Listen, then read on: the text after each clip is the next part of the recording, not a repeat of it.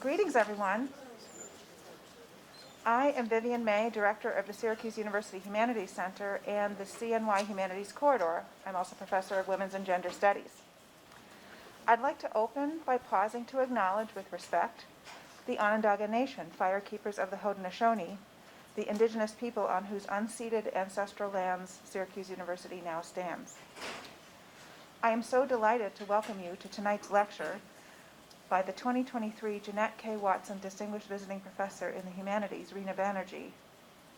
Professor Ramita Ray from Art and Music Histories, as the primary host and organizer of Rina's 2-week mini-residency on campus, will introduce Rina and tonight's lecture, Black Noodles, Replenishing, Reaping the Earth, shortly. But first, I'd like to pause to recognize how this spring's residency, layered with different ways to engage with Rina and her compelling work, is so successful thanks to Ramita's visionary planning, generous thinking, tireless fundraising, and last but not least, her capacious approach to the world of ideas, but also to building bridges and deepening scholarly community wherever she goes. Thank you, Ramita.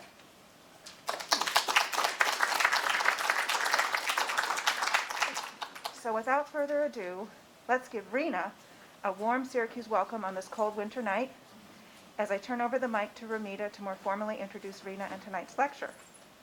I look forward to seeing all of you at the open reception following the lecture just across the street from this building in the Schaefer Galleria, adjacent to the SU Art Museum, where some of Rina's fabulous pieces are currently on view. Thank you.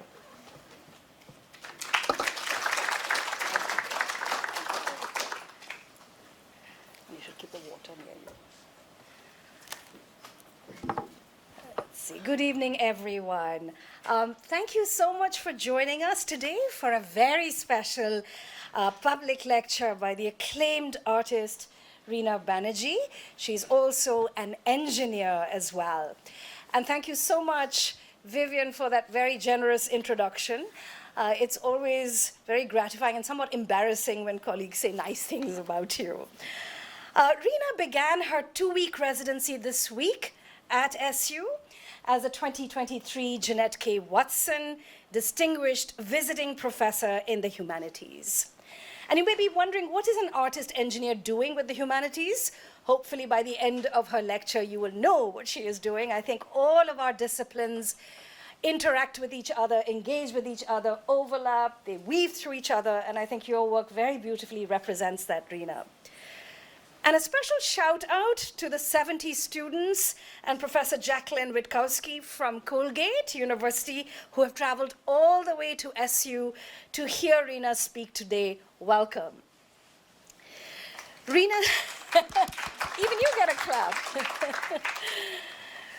Rina's residency, as Vivian May mentioned, is accompanied by her exquisitely engineered and brilliantly conceived art installations in the exhibition, Take Me to the Palace of Love. If you haven't guessed, the slide above me shows you a very teasing glimpse of the Palace of Love, which opened at the SU Art Museum on January 19th this year. One of my colleagues recently described her work as spectacular, thought-provoking, and this is my favorite word he threw out at me, wild. He knows who he is, but I'm not going to mention his name. Which, if you haven't seen the exhibition yet, will most definitely come to mind. So I invite you all, after Rina's lecture, to see the exhibition if you haven't done so already. Now, speaking of the wild, it isn't often that one gets to introduce a distinguished speaker as the maker of wild art. But I know Rina for many years, and something tells me that she will take this as a compliment. Because the wild takes us to places we may fear, and it urges us, I think, to be fearless, honest, raw, creative, and regenerative. It unsettles us, as Rina's work sometimes does, but it is also capable of giving us unexpected refuge. I hope you find your own refuge in Rina's extraordinary art and in her reflections and wisdoms that she will share with you today. So it's with great pleasure that I welcome you, Rina, to our community in Central New York, far from the place where you were born, Kolkata, India, a city we share as our birthplace, but not too far from New York City, where you have worked and lived now for many years. Rina received her degree in polymer engineering from Case Western Reserve University and her MFA from Yale. She was recently appointed the inaugural post-colonial critic at the Yale School of Art. Her works have been displayed at the Whitney Museum in New York City, at the San Francisco Museum of Modern Art, and she's held a prestigious artist residency at the Centre Pompidou in Paris. Although she has spent the greater part of her life in North America, she remains deeply connected to her immigrant roots. Not surprisingly, her diasporic experience is integral to her work. As the Watson Distinguished Visiting Professor, Rina joins a long and impressive legacy of scholars and writers who have held this professorship: Noam Chomsky, Margaret Atwood, Sherry Moraga, Angela Davis, Toni Morrison, and Larry Blumenfeld, to name a few. As a visual artist, she joins an equally impressive legacy that has seen Joseph Alpers, I.M. Pei, Sol Lewitt, who is an SU alum, Ben Shan, Kiki Smith, Stephanie Shear, and Wendy Redstar on our campus. Rina's residency, however, brings the unique combination of artist and polymer scientist to SU. Her talk today, along with all the other events of her residency, as well as her exhibition, have taken 3 long years to plan. It feels like long, but it's a blur now, because they've survived a global pandemic and seen many, many unexpected twists and turns along the way. So for the students in the audience, I just want you to imagine the arc of time. It spans your first year, your sophomore year, and your junior year. That's how long it's taken to plan this project. And if you are a senior in the audience, I am like you today. I am you, in fact, because I'm watching my final research project unfold. Except this project is no longer mine, it is ours. For it stands on many, many sturdy shoulders at SU and in the city of Syracuse. And I am deeply grateful to the generosity, the patience, and collegiality of my wonderful colleagues. I am totally having a fangirl moment here.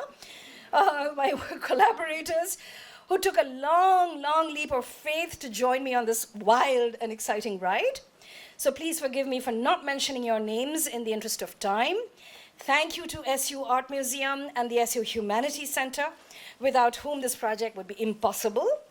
To the Engaged Humanities Network, the Office of Research, the Office of Strategic Initiatives, Academic Affairs, the CNY Humanities Corridor, the Office of Diversity and Inclusion, the Special Collections Research Center, the South Asia Center, the Interdisciplinary Neuroscience Program, Hendricks Chapel, College of Arts and Sciences, School of Architecture, the Maxwell School of Citizenship and Public Affairs, College of Law, the Renee Crown University Honors Program. I'm losing my track here now. Women in Science and Engineering, my home department, Art and Music Histories, and 12 other departments and programs across campus, across the sciences, the arts, the humanities, and the social sciences. The ever-generous SU alumnus, Todd Rubin, who is the president of the Republic of Tea, has sent a special assortment of teas for Rina's residency. So when you come to the reception afterwards, there are party favors for you from the Republic of Tea, which I hope you will enjoy sip by sip. And last but not least, we are very grateful to the National Endowment for the Arts for supporting the project. If you're interested in the full list of Rina's residency events, you can find them on the Humanities Center and Museum website. So please join us for them. And as Vivian May has mentioned, today's lecture will be followed by a reception at the museum, where I invite you all to celebrate Rina's remarkable work, as well as the museum's incredible staff, team of curators who have brought her installations to life in our galleries. The themes of diaspora and displacement weave their way through Rina's life and our discussions today. With that in mind, I acknowledge with respect the Onondaga Nation, firekeepers of the Haudenosaunee, the indigenous people on whose ancestral lands we stand today and Syracuse University stands today. And the histories and identities of displaced peoples can never be far from our minds today as we hear Rina speak about her work, that brings us all back to land, people, nature, and the loss and retrieval of love. Please join me in joyfully welcoming Rina Banerjee. Thank you.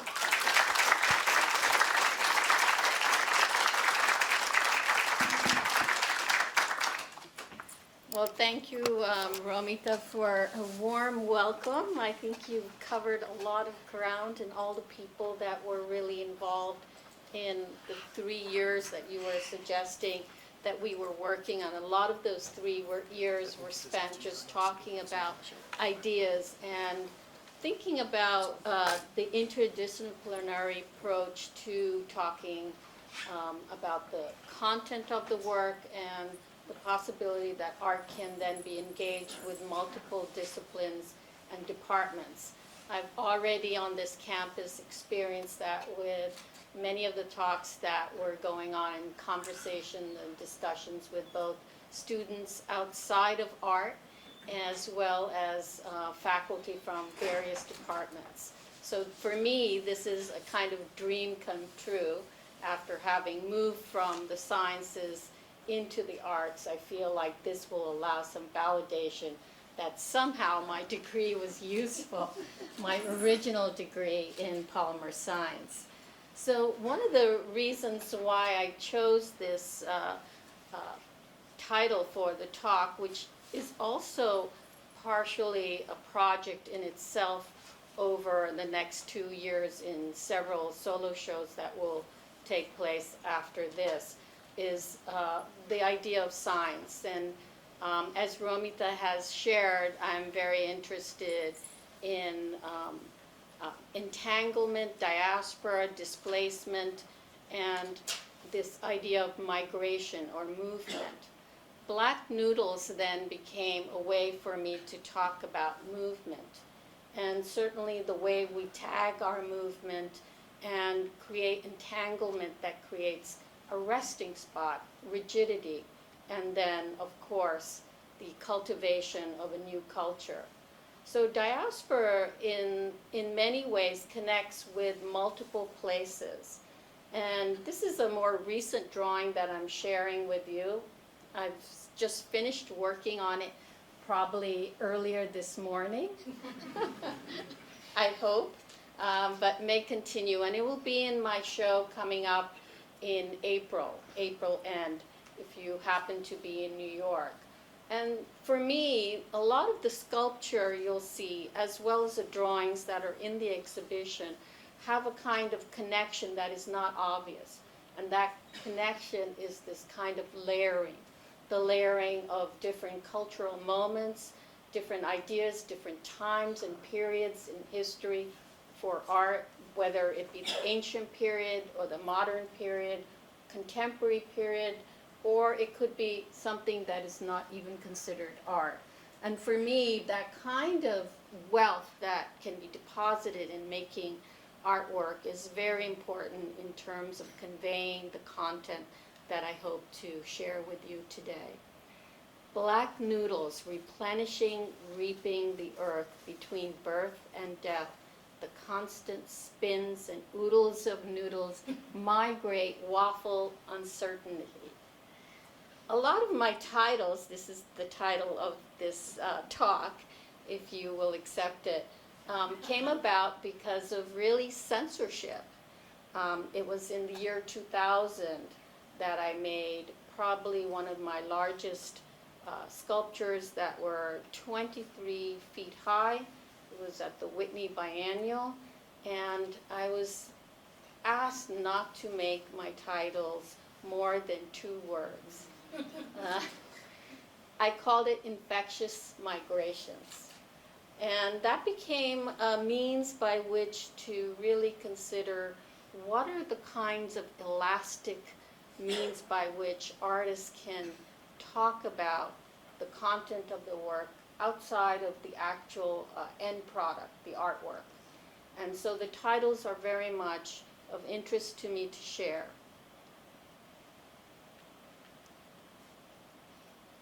Take Me to the Palace of Love, as you can see, is the title of the exhibition that is at the Syracuse University Art Museum.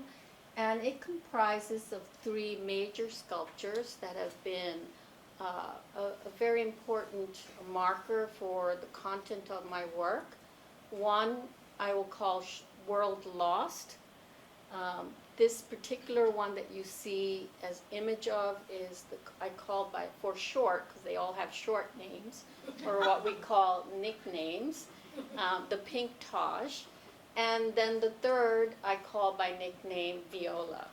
There are also some drawings in the exhibition that are vital to understanding how I would imagine thinking about migration, movements, and certainly the slipperiness of movement and how that can generate new ideas and new kinds of people, communities within the diaspora.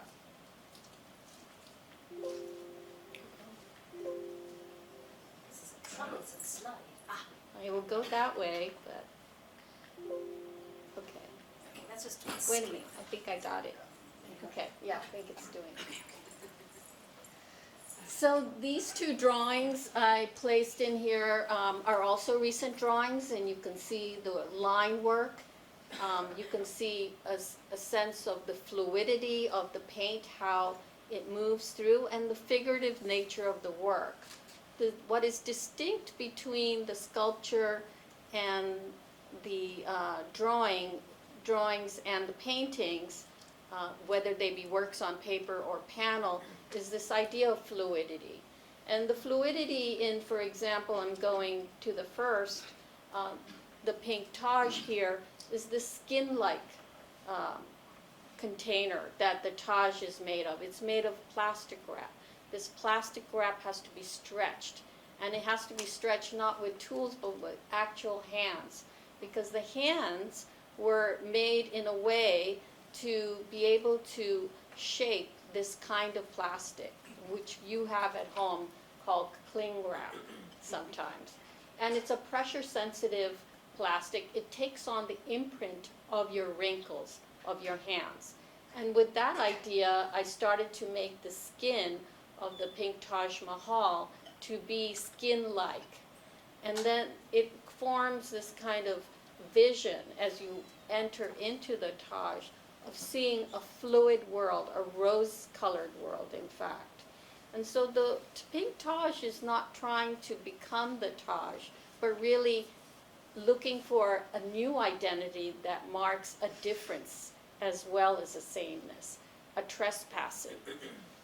It refers to souvenirs that were often accumulated through travel to India, but also through the accumulation of identities that are represented through World Heritage. India being a site not just for Indians, but for the gaze of the whole world. Who represents India? How does India change or shape its meaning depends on our participation. So the Pink Taj is a floating sculpture. It hangs about a foot approximately, and it's variable. So it's a structure that is not fixed. It dangles over 4 cords that reach to a single point of intersection. So when one moves inside the Pink Taj, it often moves itself. And so there is a kind of vibration that one feels. And of course, there's the humor of seeing the Taj become pink. Uh-oh, I'm always going the wrong direction. This pink color for me, and all colors have a certain sense of meaning. I associate color with meaning. And not the kind of meaning that we think of in terms of representations, but meanings that we prescribe through psychologically, philosophically, ideologically, out of tradition, and out of our own personal history. So these last few drawings that you saw, the 3, were all made with coffee. And they were made on vacation when all I had was coffee to work with.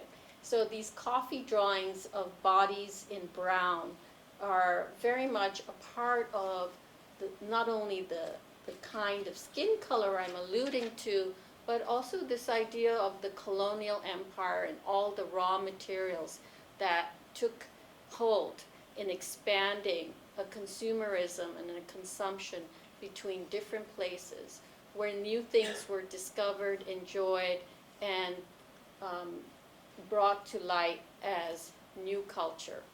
And this kind of culture then became not just one of representation, not borrowed, but stolen.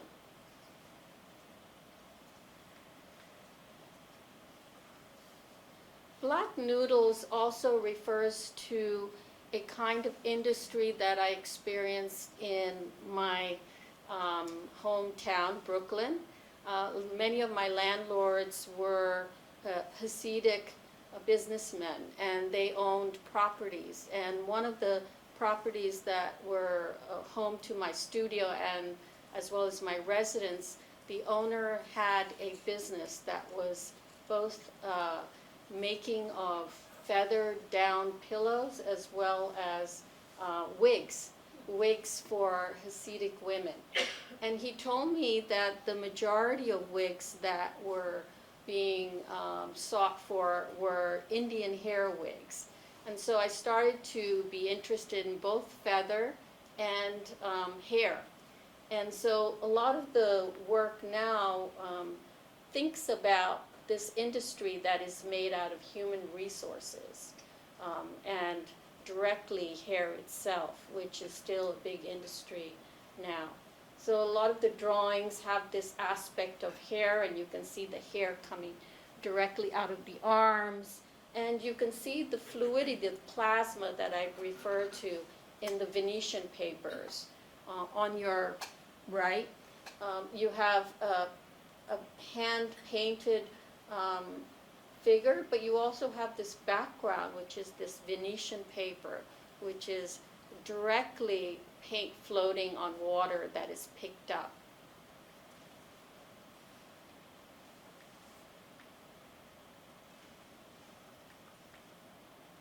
Uh-oh. Okay. So I've written a few things to for you to think about. One of the key reasons I've been interested in the colonial period is commerce itself. The commerce that brings people together, and also the commerce that allows exchange to happen, cultural exchange.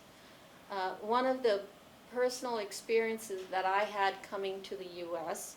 in the 1970s was a time when there weren't that many South Asians in Queens and in Manhattan.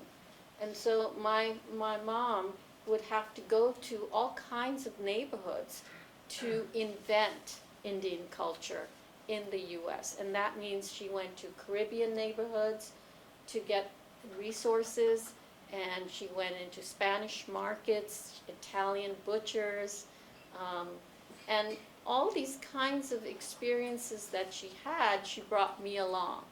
So literally, New York City was a place to find her new identity in the diaspora. And the friendships that she made, as well as the contentious relationships that she had, became a way for her to reflect on not just a place that she knew growing up, but the whole world. The activity of all our movements and industrious labor create a commerce of exchange and consumption, eating the earth. This can be often slippery and sudden. And I'll jump into powers collected and hoarded, concentrated in the center, hardens, become old, brittle, fragments to circulate again. I'm interested in fragmentation. I'm interested in fragility. I'm interested in line work. And all these things also come about with my understanding of how people encounter each other when they don't know each other or think they do not know each other. A lot of my work will often take people that I know, whose experiences I've learned about, and bring them into the foreground. They take on the persona of animals, They take on the persona of plants, flowers, and all these things become entangled in what is the landscape. On the right, you have a yellow figure, which in Bengali setting would be of Durga. And at that time, I think it was 2017 or 2018, there was a lot of fires in Southern California, and this painting was made to capture the idea of this hose that is forever continuous, that represents white lines into the sky, and then the fire and the aloe that floats above it and to the side. So these kinds of mythologies were created to produce this understanding of all the motifs that are available to kind of talk about what was happening in the current events.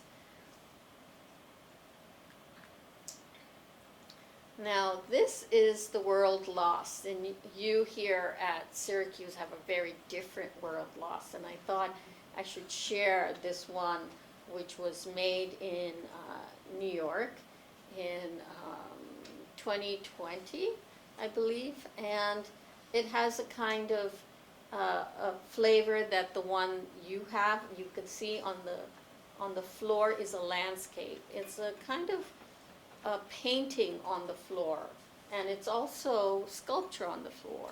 It's also miniature, and the scale changes that I love to visit is this kind of extreme scale changes between the miniature and the largest thing.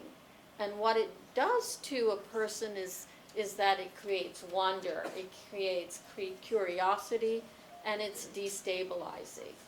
And the destabilizing factor that allows you to roam, to give up your familiar stability for new stabilities is very important to the experience.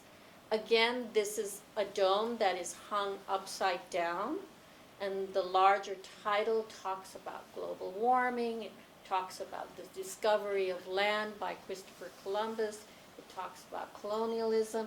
It's quite large title, and it goes on and on in the way the work also in the way it's made is very layered. It seems endless, the possibilities of objects and things that can come to play in what is now a sculpture.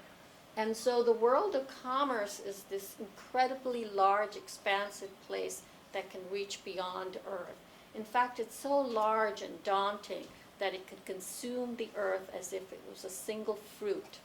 And so the threatening quality or the dark quality of that kind of threat, where consumption overtakes us, is also part of the world lost and its ideas. The horns protrude out, the weight of all that was left behind, like light bulbs that have already been used, cowrie shells that have no longer the bodies that were inside them. It's all kind of hang from it as if it was a ship lost in sea. The horns protrude into the space. They seem to be threatening.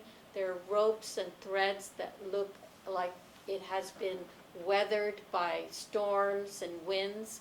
And on the floor is a very delicate piece of landscape and painting. In the center is, if you can see, I think, yep, on the very top right is a mushroom. And on the mushroom is a ostrich egg with rivers painted in red.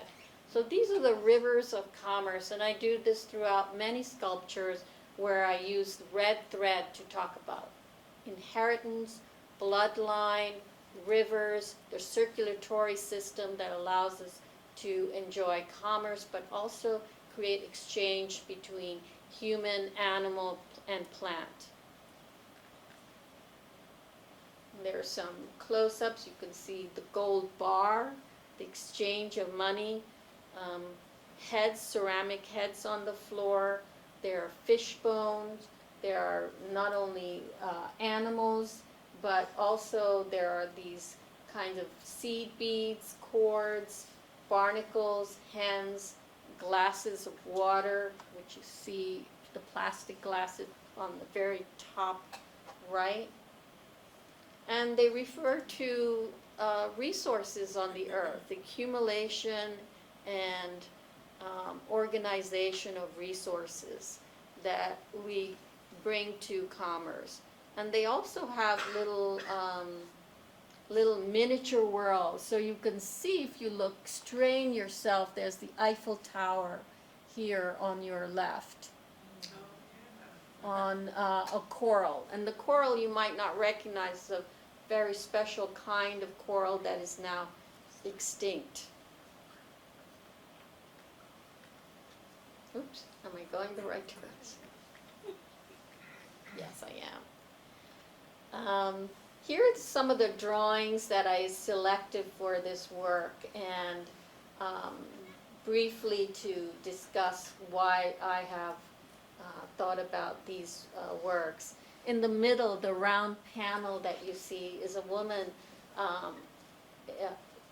running away from land to go to the next land. It is about migration. And it's about the darkness of not having land at all. On your right is a woman whose brain has been confined by a purple cloud and a belt. And she's burdened by this confinement, and she's on her knees. And then on your left, the largest drawing is called Migrate of Voices. And it also has a larger title, which I hope you'll enjoy. And it has these droplets, as if words are coming out of her mouth. There are kind of rainbows and amoebas, and this idea of plasma is present, and storm, and there's kinds of references to Chinese art and Mayan drawings, and all these other ways of making and drawing and painting that come to play. And on the very bottom is Ugly Boy, and this is kind of a reference to how beauty does not translate between oceans. There's a close-up. You see a little bird there as well, with poetry coming out of the bird's mouth and yellow face, and her hands begin to start leaking.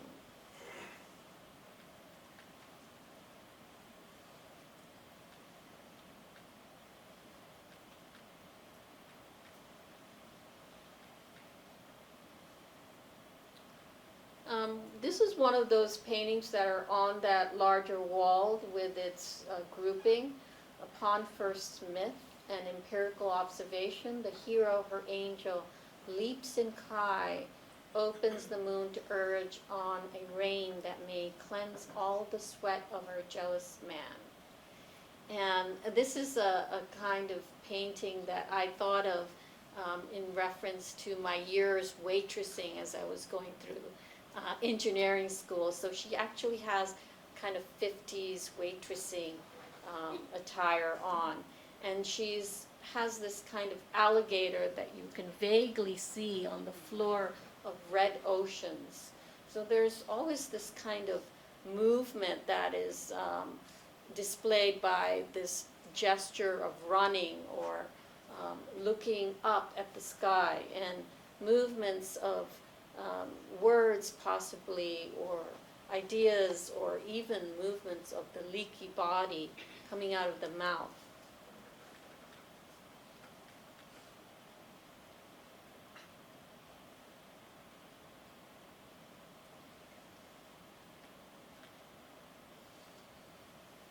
And I really enjoyed this kind of grouping of paintings that I saw while I was installing, and I realized that how much my work was connected to the optical quality and the quality of the patterns and colors and references to fire and water and tree and plant, but also kind of a textile history that is saturated throughout the work, both in the sculpture as well as the paintings.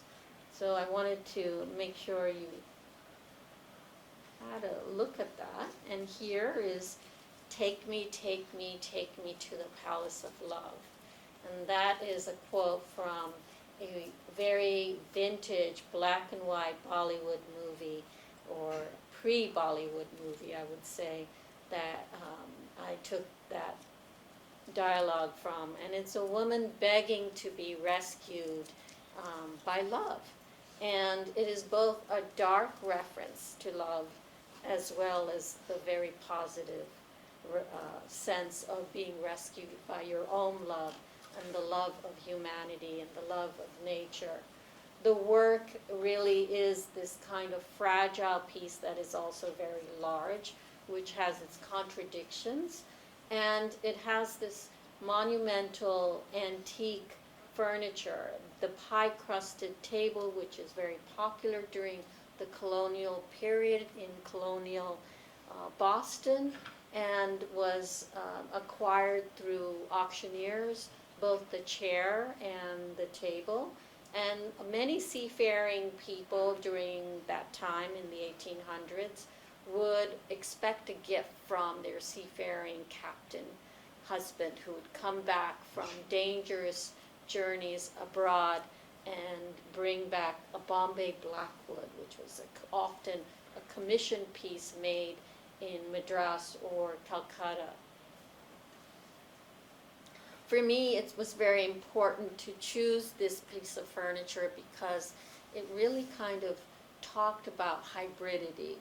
It was designed by often the wife or possibly the widow, and it was made by a craftsman who would then read the designs and concoct his version of her design.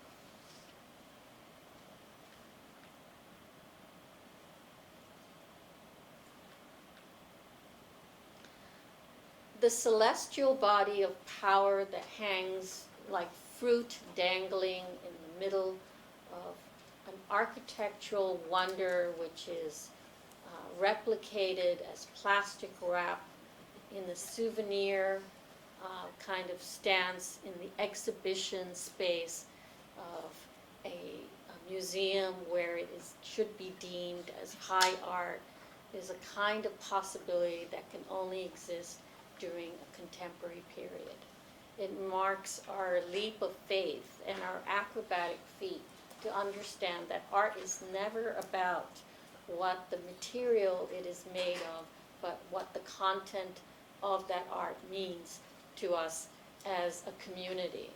And so during that time, I took a leap of faith, you might say, to make 4 Tajes. One pink, which you witness, and one green, which was destroyed because it was accused of not being art, and one that was yellow, which is actually turmeric, that is held captive by a very loving collector and museum in London. It has not been released for seeing yet, but I hope that it will be released. So what I've learned from this experience is that the power that the art really enjoys is how that power grows with the visits and experience of the audience. And what the audience comes back to me with, whether it's heard through word of mouth or through colleagues or from newspapers, whatever have you, or the internet, becomes a way for me to learn about my own experience, to become one of you, the viewer, and to create new works from that experience. And I think in many ways that vintage Bollywood movie surrenders itself not to the man who will save her with love, but the whole larger world that is a constellation of people who will feel love from seeing art.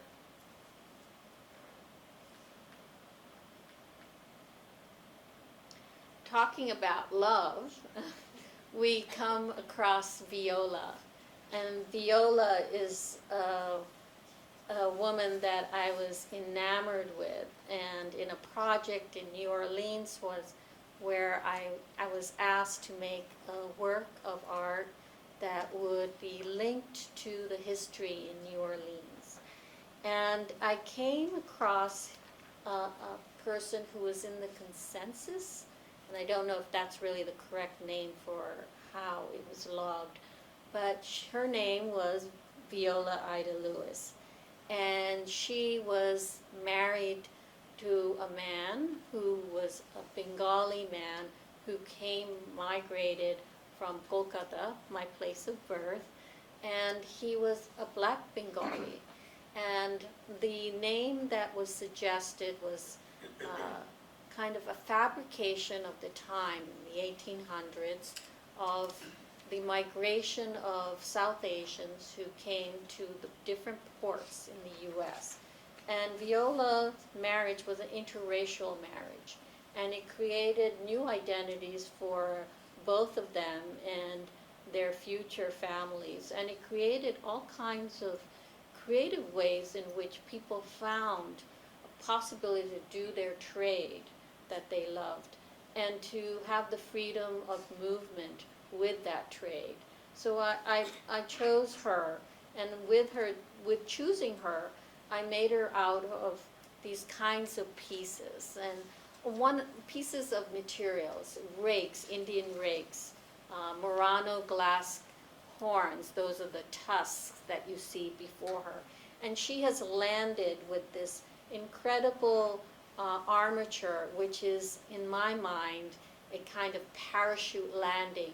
And she drags from behind these silken threads, which I'm actually referencing also the silk trade, the trade by which the Bengali man has left behind and is upstarting it. He's doing a startup, you might say, here in the 1800s. And on this body of hers is this kind of hopefulness and the kind of labor that it will take to bring visibility to her love for the people that were brought together to create what is now American culture. And so on her are Congo currency elbow rings. There are apple seeds on the sleeves of her blouse, which are made in steel, and I'm very sorry I don't have a pointer. And there are also Korean wedding gown fabrics that I bought in the garment district. There are sconces on the two sides where her ear would be, like an Irish miner who would have a kind of reflective saucer in front.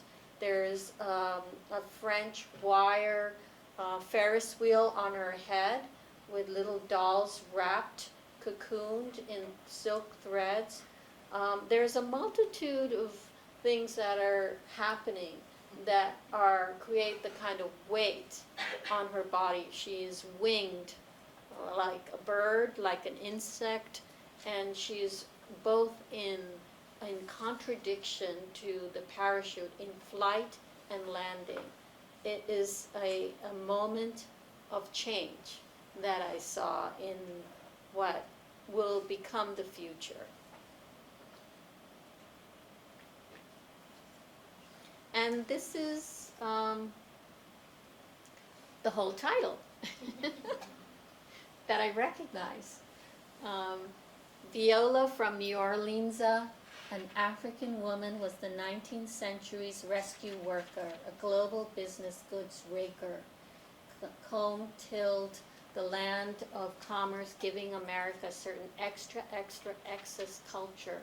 To cultivate it, making home for aliens not registered, made businesses for the finer, had occupations darning thread, not leisure, with reason and with luster, in peekaboo racial disguises, preoccupied in circulating commerce, entertaining white folks, pulling and punching holes in barriers, places that was once barren without them, white banks made of mustard, and made friendly folks feel home, welcomed, and married immigrants from far noted how they have been also starved, fled from servitude and colonial dangers, ships like dungeons pushing coal in termite holes, churning fire, but always learning, folding, washing, welcoming as aliens. She wandering, hosting, raising children connected to new mobilities, and most unusual, these movements in Treme. The New Orleans was an incubating enmesh embedded in the silken cocoon. When she landed, she came to be parachute mender, landed those blank immigrant peddlers from Hoogly network of newcomers. That was hard.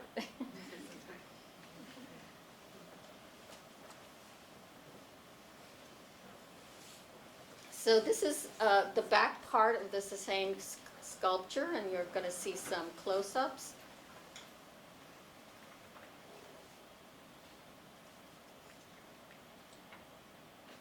A world lost after the original island appears, a single landmass is fractured after populations migrated, after population revealed itself, and as cultural locations once separated did merge after the splitting of Adam and Eve, Shiva and Shakti, of race, black and white, of culture, east and west, after animals diminished, after the sea's corals did exterminate, after this, and at last, imagine water evaporated.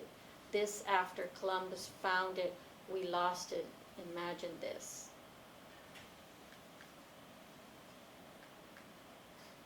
And there's some shots of me doing the actual work of putting this floor painting or sculpture down, and you can see a better close-up of the ostrich eggs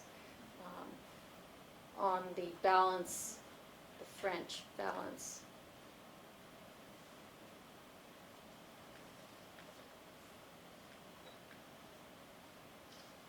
More close-ups. There are coins from all over the world.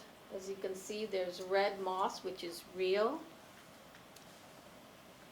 And then there are these paintings in the world lost. We're looking at the land as if of pure nature, without anything disruptive in it. No urban landscape, no mining, of it as if nothing has touched it.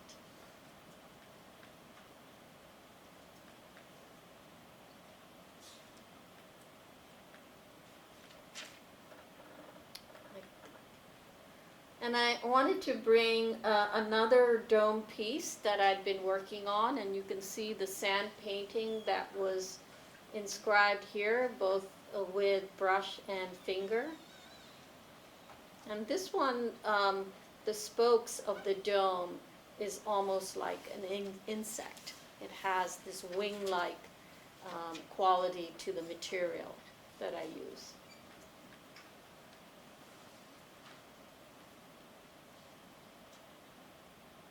And you can see on the two sides the two sculptures that grace it, using some of the same materials, but in very different way. A figurative work called Sita's Surrender that I'm actually still working on.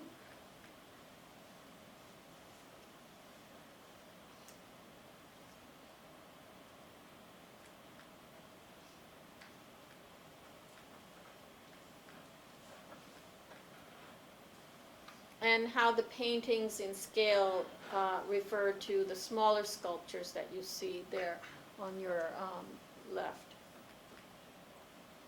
The strings and the kind of gnarly, entangled quality of the ropes that are used as part of the sculpture.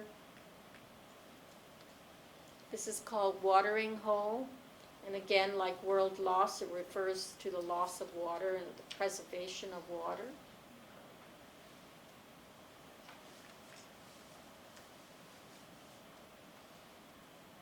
And this is a piece I did for the Venice Biennial in 2013 in the Glass Museum, which is an incredible building from that very colonial period.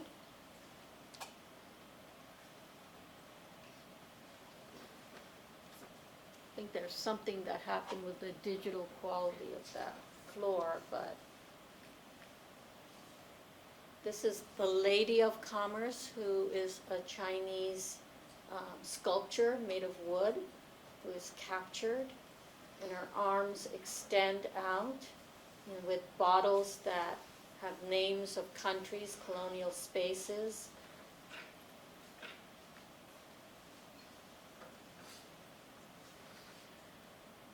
This is a half camel and a doll's head that have been joined together to create this kind of hybrid animal.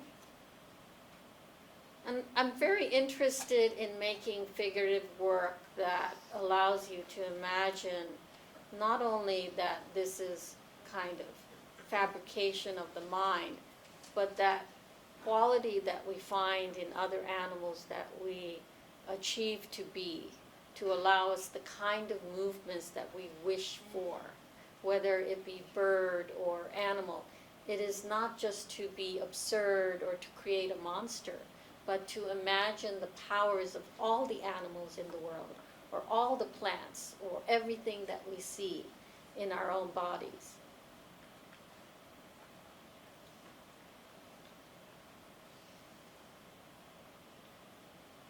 And so you can see a lot of the seashells and feathers and antiques that are much more used during colonial period, that are considered antiques now, are used here. The brass candlestick.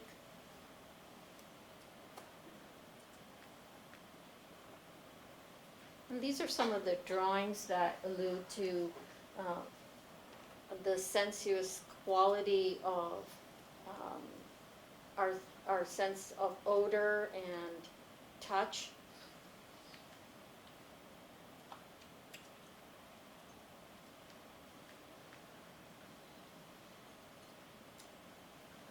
Jackfruit Johnny. You know, a lot of the works come out of my experience with vegetable and plant. So jackfruit, a huge jackfruit as it would be, was the design of the body here. And you can see the hands are made with silk and silk threads and porcupine quills. And the head itself is painted, adorned, and converted. It's an actual Victorian porcelain doll head that has been removed and kind of assembled with other things, fragments, parts, to create this new body.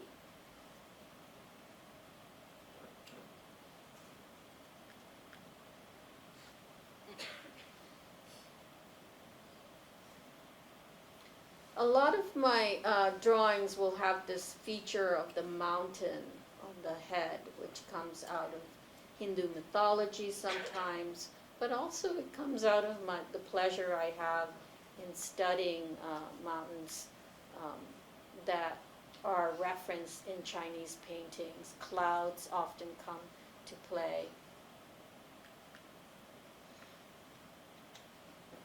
Carrying things on your head.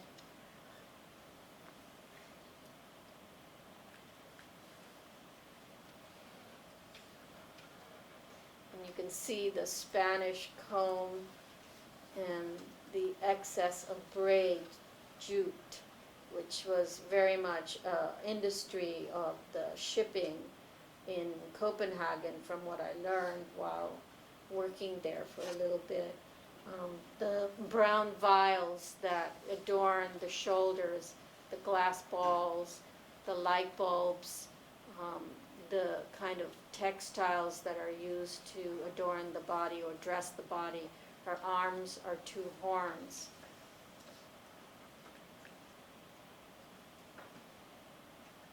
Some of these are in reference to, this was a show that I did in Singapore, and they reference the mangrove, the area of body that is both water and land, the in-between space of growth and adaptivity.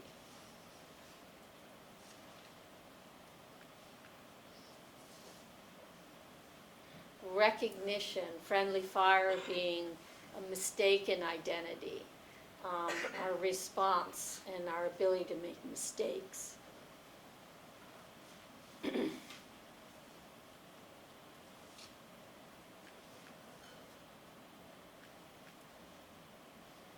I think that was the last one. Thank you very much for your patience.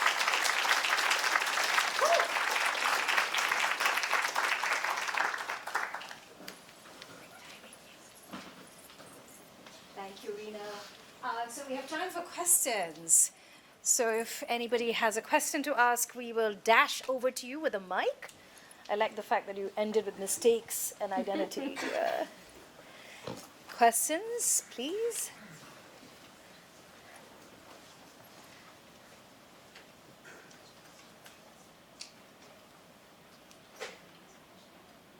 We have quite a few questions.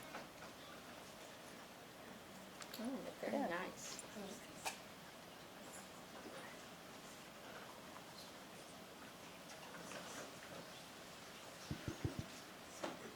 Hello.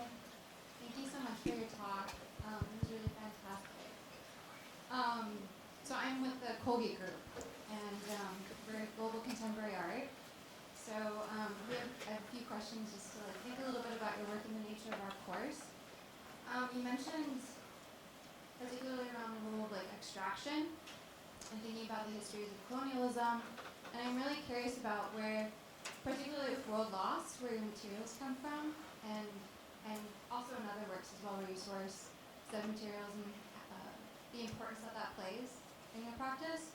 And also, I was really curious about the nature of your titles, the really long titles that you were talking about, because you mentioned at the beginning the censorship that you have with the Whitney and kind of the two words, and I wondered particularly why do you rely on such long kind of descriptive titles, and is that a kind of ownership over the work or an ownership of the interpretation or some sort of that? But I wondered if you could speak to those two things. Sure, thank you. Those are great questions. I think the titles are something that I've really enjoyed making, but it was a struggle in the beginning to really assert my interest in the titles as an extension of my work. And in fact, in some ways, they both carry the weight of being a title for the work, describing the work, or referencing the content of the work. And at the same time, it really allows a space to speak of all my works and my interests.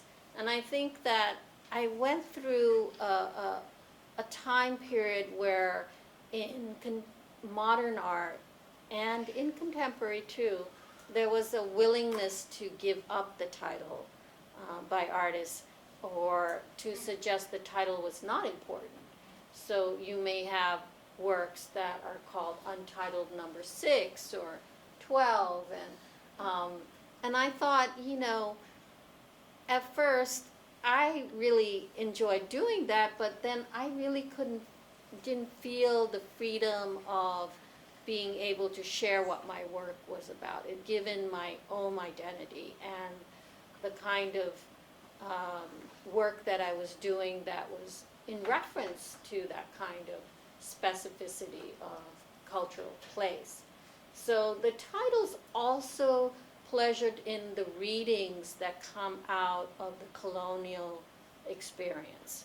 The reading of travel, the reading of discovery, exploration, the kind of culture that inspires one to feel, I want to go over there. And I want to bring back all that's over there and bring it here. And I want to do this. So the intention of the title is to explore what that colonial period is and what does it mean for us today, and have we really exited that colonial period, which I believe we have not. And so a lot of that has that kind of feeling of an extension from the visual work. And then for the second question, which is really about how does one decide where and how to get the materials they need for their work. For me, it's the materials that I'm attracted to, the materials that create curiosity, that have history invested in it, that have people invested in it. For example, let me see if I can get to it quickly. Really? I can get to Lady of Commerce, the Chinese lady. Oh, we both doing it? So for, yeah, this one, yeah. So here in Lady of Commerce, you'll see the two, you can't make out, it's the deer hooves that hang like this. And on her hooves is this beautiful lace that I got from Copenhagen and in a flea market that a woman made herself. And that was, I think it was 2009. So, you know, part of what I do is forage for work that is made by other people. That means that an artist made that wooden Chinese figure. And maybe an artist made some other aspect of what I do, and I incorporate into the work. And they can be my own personal belongings. It could be from eBay, it can be from a flea market, it can be given by someone. And it seems that there is no limit to where I get it. But when you think about it, the work is interested in how commerce happens and where the marketplace is.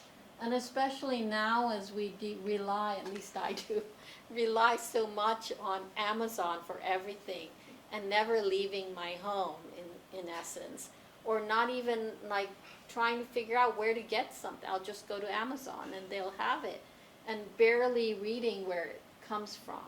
And to compare that experience that we're having now to the time when things didn't come directly from the warehouse to your doorstep, but you had this idea of, oh, this comes from Taiwan, and this comes from India, and you know, this comes from France, and oh, this comes from Japan.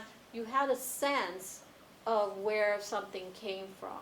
So I'm also inviting a kind of dialogue of that loss and that kind of nostalgia, but also the tourism that was lost in that nostalgia. So it's a fairly corrupted nostalgia, you could say. And where are we today? Where do we get these unique things? Well, we have this, you know, vintage culture and retro culture that is part of the younger generation. Well, what will happen when those things kind of end their lifespan? What will be then, you know, retro, and what will be vintage? Will it be Amazon products?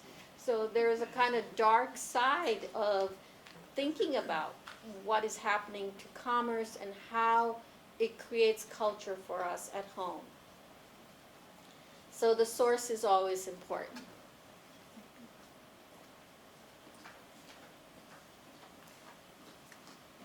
We have another one.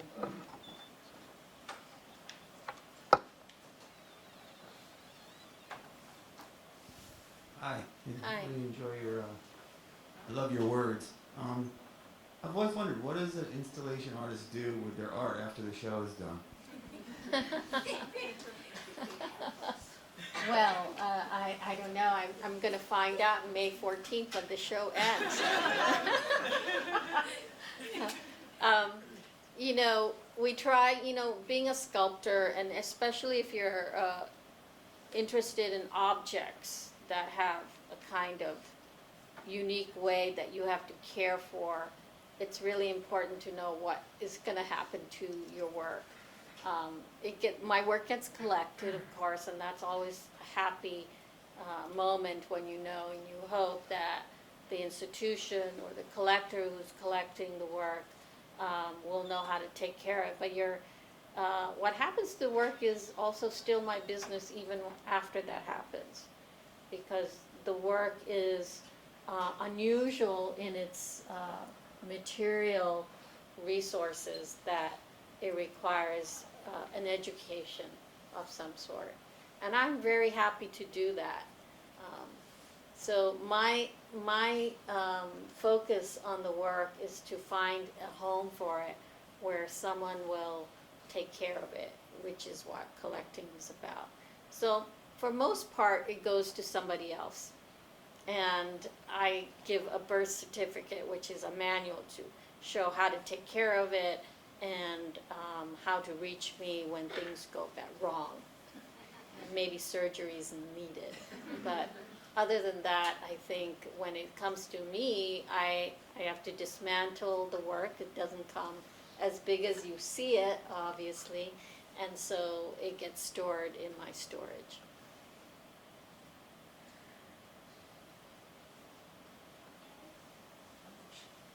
Ankush?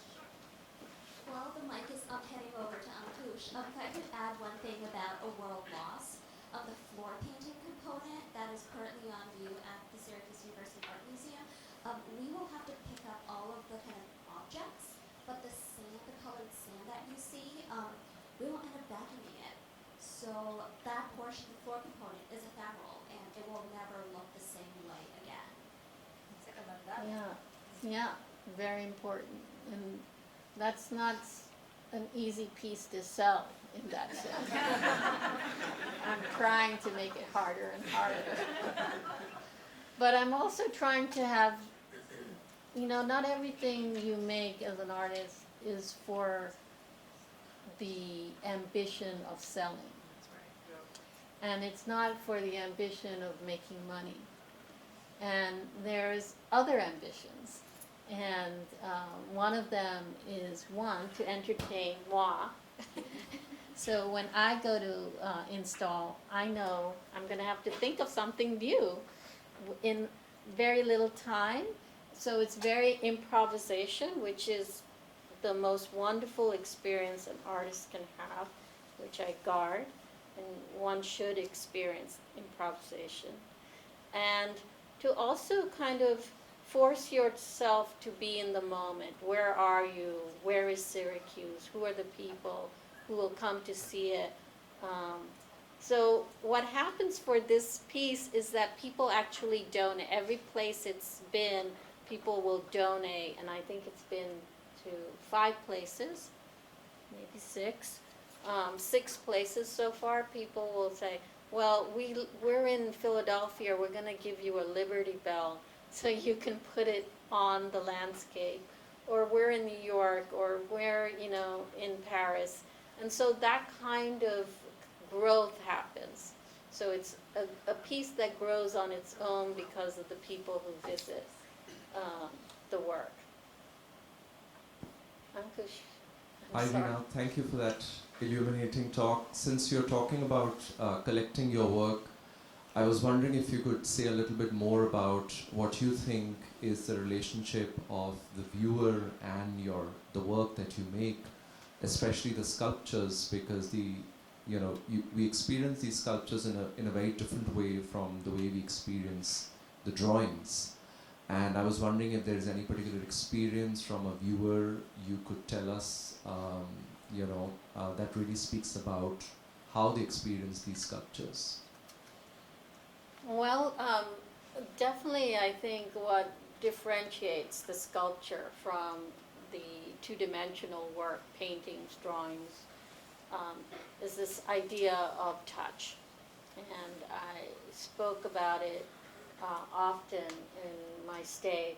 How long has it been? 4 days of stay. The value of touch. And we live in a culture that is so digital that I think that things like sculpture has that kind of possibility, even though you don't physically touch it. The sensory invitation is always there.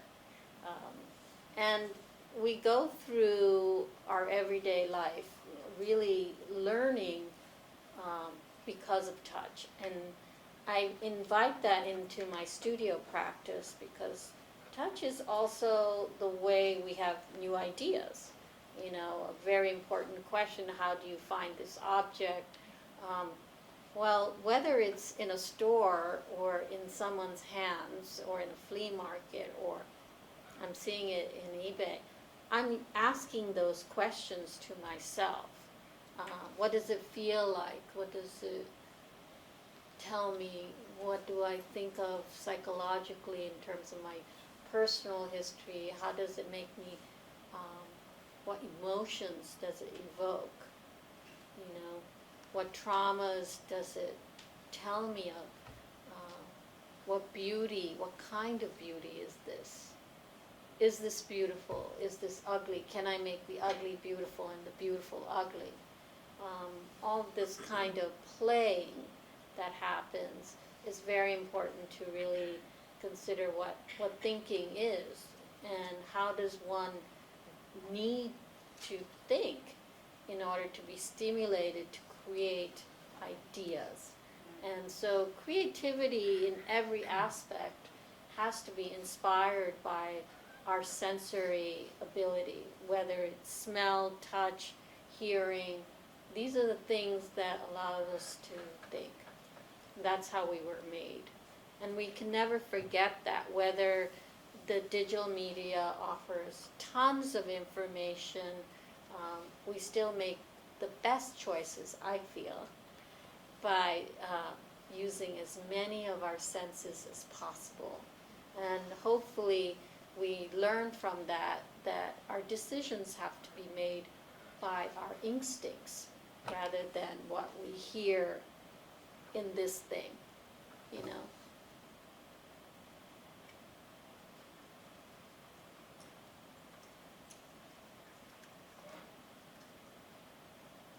So I love your titles, and I'm wondering,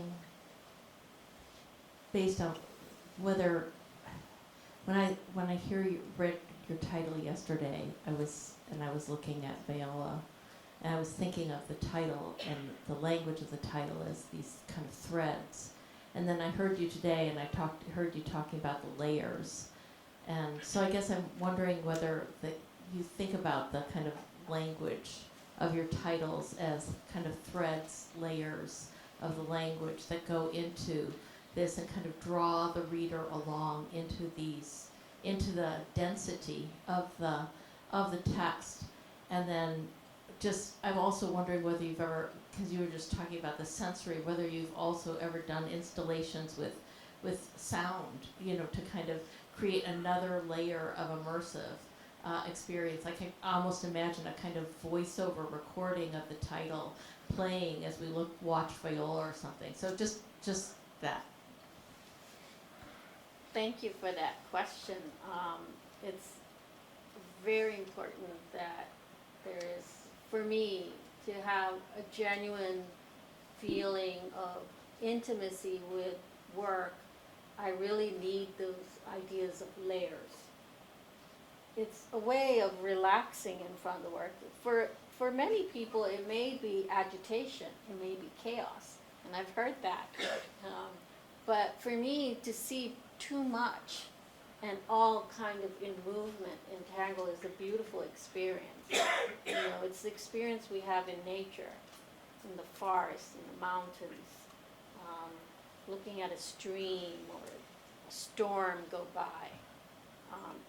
It's when you feel marvel by what you see, that time stops because you're seeing so much that time has to stop for you to absorb it. And I like the idea of sifting through in the text to find, because I'm also looking with you. Even though I'm constructing the text, I think it's a way of writing that I enjoy, where to me there are connections that are obvious and there are disruptions to make it very importantly hard to understand. That one, as the audience, and even as you saw me trying to say the whole title, it takes quite a bit of patience. And I like that word patience, because patience is what allows me to enjoy my work, where you do come to a level of surrender where you're in the meditative kind of mode, and you're at peace with whatever is in front of you, and you let it be what it is, and you kind of muster the confidence you already had into full view when confronting a difficult title or a difficult work. And so your interpretation is very important in enjoying or making value, bringing value to the work more than anything.